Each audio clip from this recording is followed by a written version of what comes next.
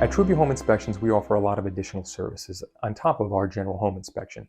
One of the additional services we offer is a sewer scope inspection. Now, a lot of the times homeowners don't realize that they own and are responsible for the sewer pipe that runs from their house through their yard to the center of the city street. And unfortunately, as a home inspector, the only way to tell you the condition of that pipe is to do a sewer scope inspection.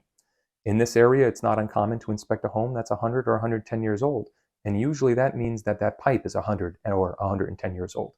Often we find offsets, bellying in the pipe, which could affect drainage, roots, and even broken pipes. In order to prevent a serious expense or a clog and a possible backup, the best thing to do during a home inspection is to do a sewer scope inspection. For more information about our service, please contact us at 914-831-2187. Thank you.